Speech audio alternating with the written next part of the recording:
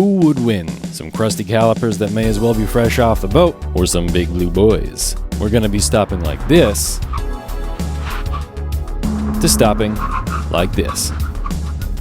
Welcome. This is our first video. We're 6MT, big brake kit install on a supercharged ZRZ. For our before and after, I'm going 45 miles an hour and slamming my foot on the brake and the clutch at the same time. Ooh, these brakes are fading faster than Gen Z is aging. We'll be replacing the stock parts with the Spoon Sports twin block caliper kit, EBC, GDC rotors, and red stuff pads meant for the Integra Type R, and Goodridge stainless steel brake lines. First thing to do, get the wheels chalked up and get the car up on jack stands.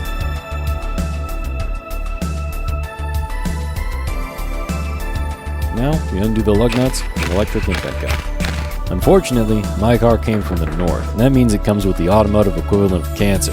Don't worry though, we got some tools for that. The brake pads required a little bit of extra treatment too, because they had the tabs for the squealers that wouldn't fit into the new calipers. A blast from some brake cleaner and using some red spray paint should stop those pads from ever corroding. Here we have to use an air hammer to take the spacer off. The solution proposed by the fans of propane and propane accessories isn't going to cut it, so we use PB Blaster instead to get the brake lines off.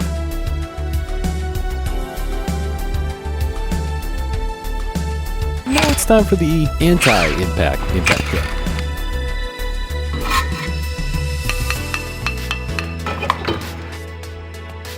Before we get to put the calipers on, there's actually a step in the instructions to tell us to trim the ears off of those dust shields.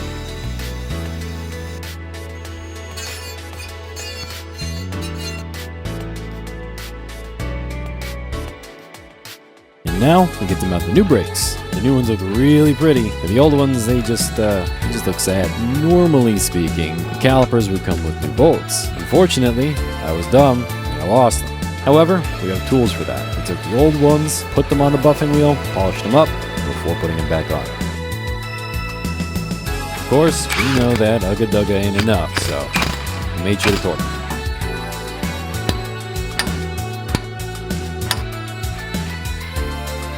By this time, the pads were dry enough to apply the backing plates and put them in the calipers.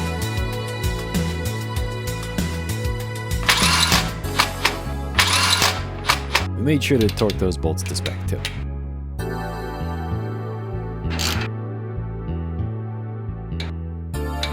We realized that the rotor wasn't clearing the dust shield, so we took our time and bent the dust shield back just a little bit. Believe me, I'm very glad to be getting these stainless steel lines on, because those old lines are crustier than your happy sock.